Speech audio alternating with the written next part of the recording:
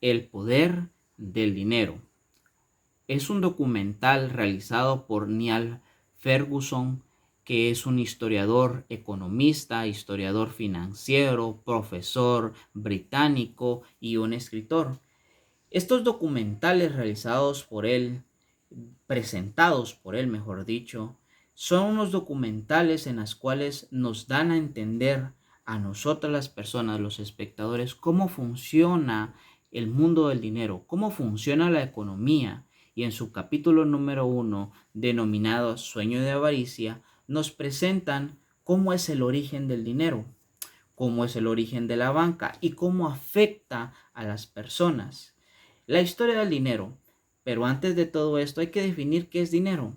Dinero no solamente son billetes, no solamente es una moneda, no solamente es un metal precioso como el oro o la plata, no solamente también antiguamente se definía como conchas. El dinero no es estrictamente un objeto, es estrictamente el valor que nosotros, la sociedad y la población, el ser humano, le da a cierto objeto o a cierto ítem, la potestad de valor de decir esto lo puedo cambiar por tal cosa, o por tal bien, o por tal servicio. Eso es lo que se definió como dinero. Es el bien, valor que tiene, valga la redundancia, un valor de cambio. El dinero es importante, el dinero es lo que mueve al mundo, pero antes de que surgiera el dinero, ¿cómo era la sociedad? La sociedad, en este documental, nos presentan la sociedad inca en el año de la colonización. Los incas, ellos eran ricos en sus tierras de oro y de plata, pero ellos no le daban el valor de economía como actualmente se le da. Para ellos el oro eran las lágrimas del sol y la plata eran las lágrimas de la luna, y eran objetos de culto, eran objetos raros, pero no se les daba un valor económico, un valor de cambio. Fue hasta la llegada de los españoles a la ciudad y a la cultura inca que empezaron a explotar a los incas para explotar las tierras y poder abarcar esos metales preciosos y enviarlos hacia España, enviarlos hacia la corona. Porque lo que quería la corona, lo que quería España era apoderarse de las riquezas, apoderarse del oro, de la plata. Pero fue allí donde surge este punto importante en la historia de la economía.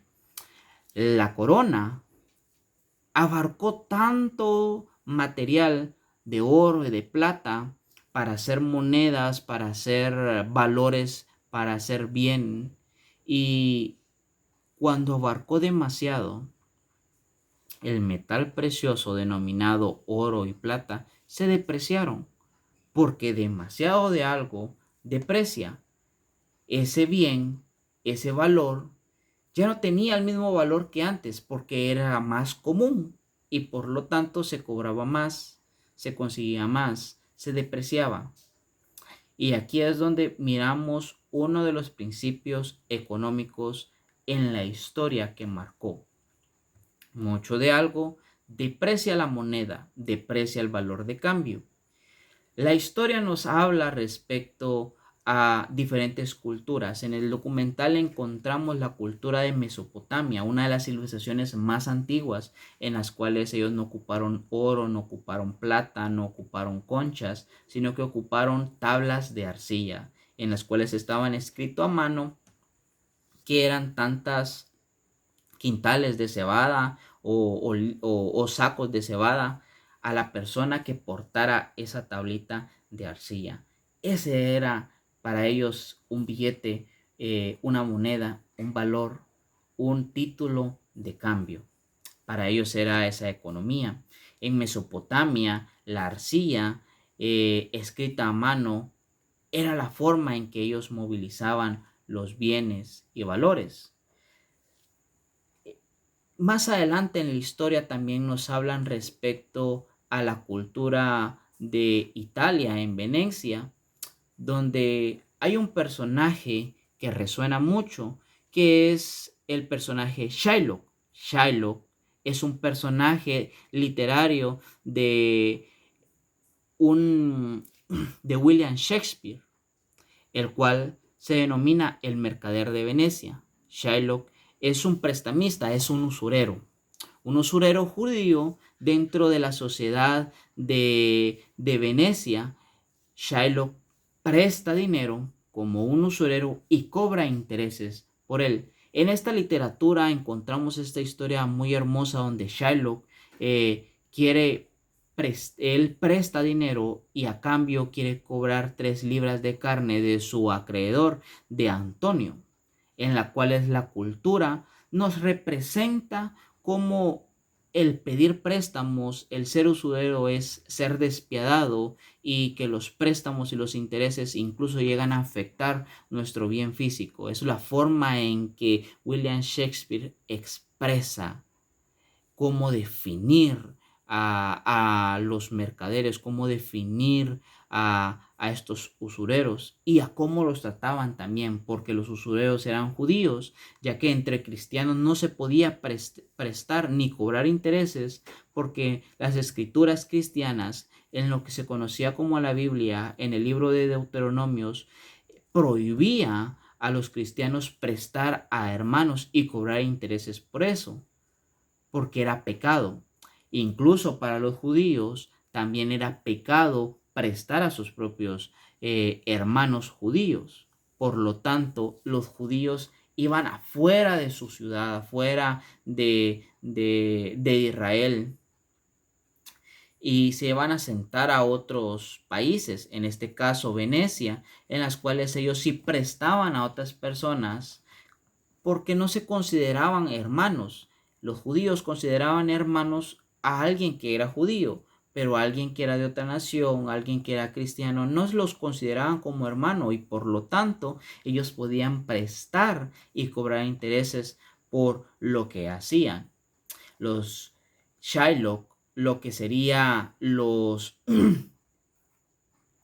eh, los prestamistas, los que daban a crédito, ellos salían de sus casas, ponían un banco y esperaban a sus clientes, esperaban a las personas que querían ir delante de los usureros a pedir dinero, a pedir un préstamo para después pagarles porque había una necesidad. Esos bancos dan origen a la palabra bank, a la palabra banking, que viene siendo un banco.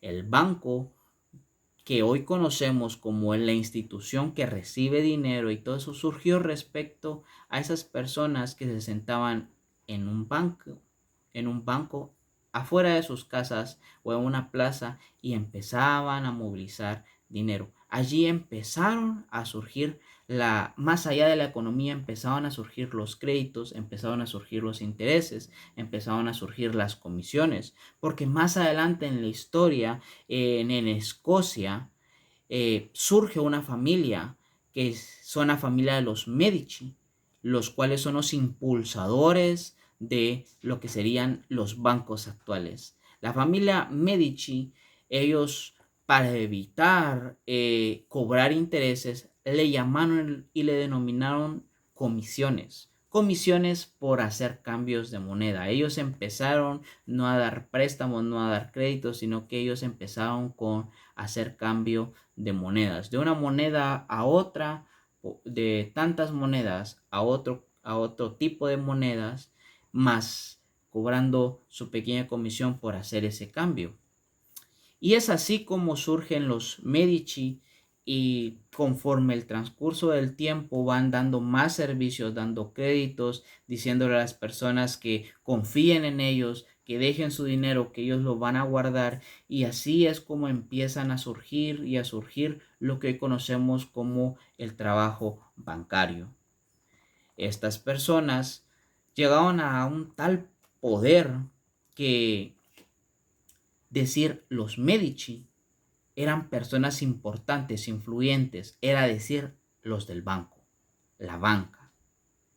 Ellos surgían y daban muchas cosas, muchos préstamos e incluso entre su familia iban rotando y iban dándose sus conocimientos. Actualmente, la cultura de Estados Unidos podemos definirlo, tomarlo como referencia. Para ellos ya no era cuestiones de Medici o cuestiones de personas muy influyentes, sino que para la banca de Estados Unidos es prestar a diestra y a siniestra a las personas, ya que hay algunos lugares, hay algunas ciudades que el ir a pedir préstamo es considerado normal e incluso hay personas que se declaran en bancarrotas para aplazar un poco más el pagar esos créditos, el pagar esas hipotecas, el pagar estos préstamos, ya que en Wall Street u otras ciudades más influyentes el dinero se mueve. El dinero se mueve y las personas van, compran, vienen y el dinero se mueve, surge. Actualmente ya no es necesario tener monedas o incluso billetes, sino simplemente dentro de nuestros ordenadores, dentro de nuestras pantallas, de nuestros dispositivos móviles, podemos ver, movilizar, comprar, vender. Y el dinero ya no es físico, sino que es más virtual, es más, ya no es físico, es virtual, es otro tipo de dinero.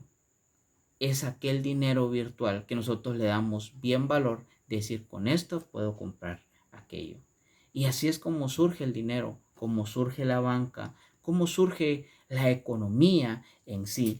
Shylock, los Medici, los usureros, la cultura de Mesopotamia, la cultura inca, de cómo valoraban las cosas. Todo eso es parte de la historia y es un pequeño fragmento, resumen, análisis de lo que es el poder del dinero en su capítulo 1, que es el sueño de avaricia.